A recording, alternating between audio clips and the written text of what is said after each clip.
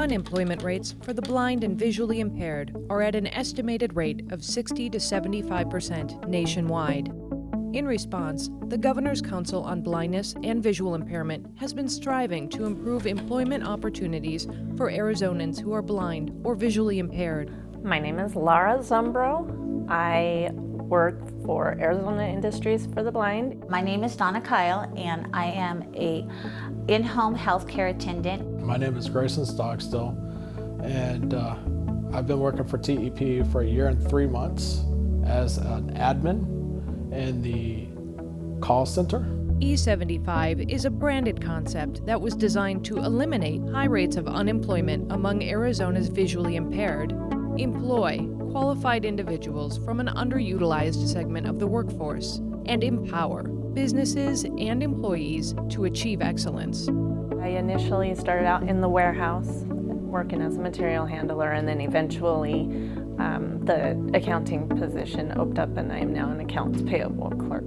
As a care attendant, I do house cleaning, laundry, cooking, shopping, personal care. They have taken the skill level that I've had and had me start working on small projects at first to quality control and listening, grading, and helping them create a new training program for the customer service reps. We find that people who are blind or visually impaired have skill sets and life experiences, educational experiences, and other work experiences, just like someone who's sighted.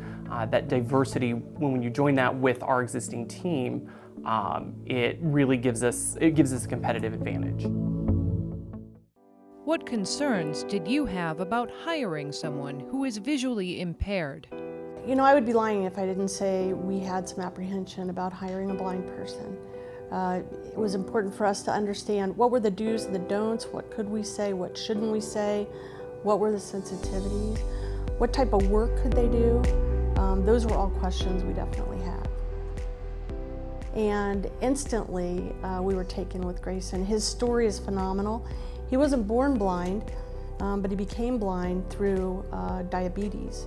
And so not only did he contribute to our department in terms of his positive attitude, his positive energy, he became a wellness champion for us. I might have been concerned about how I find the correct tools to assist somebody who's blind or visually impaired to do their job. But over the last 11 years, I've been able to witness assistive technology, the growth in that field, the functionality getting better, the costs coming down. We actually hired a lady who is legally blind. She takes care of her mother, and she does a fabulous job. She had some background in nursing before the problems with her eyesight. She is so committed and so loves what she's doing, and I would say that's the #1 criteria we look for. What accommodations do you use to perform your job? Job access with speech.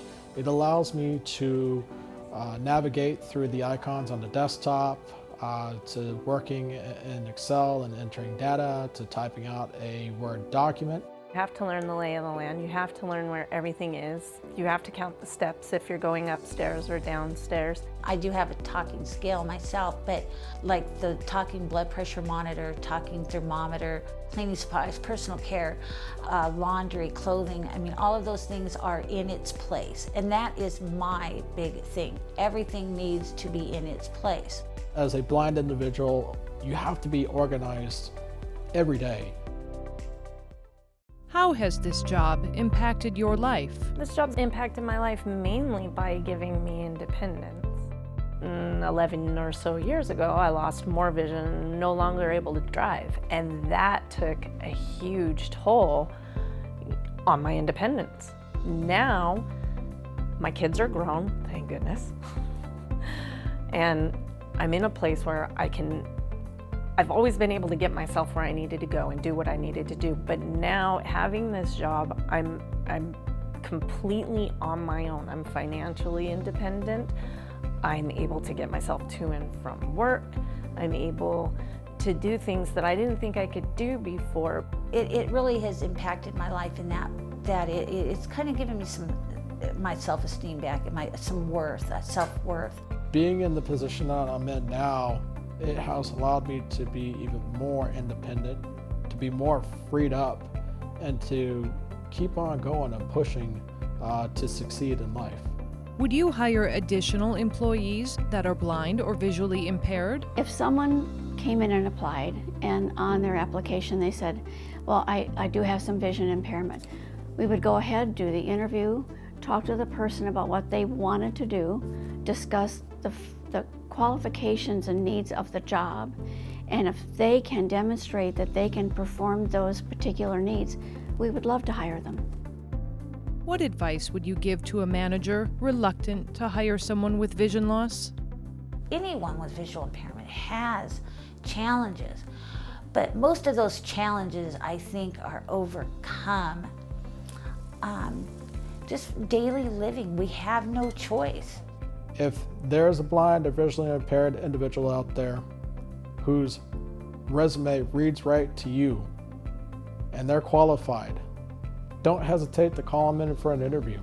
The assistive technology and whatever else that they have that helps them can and will allow them to succeed, to get the job done at hand.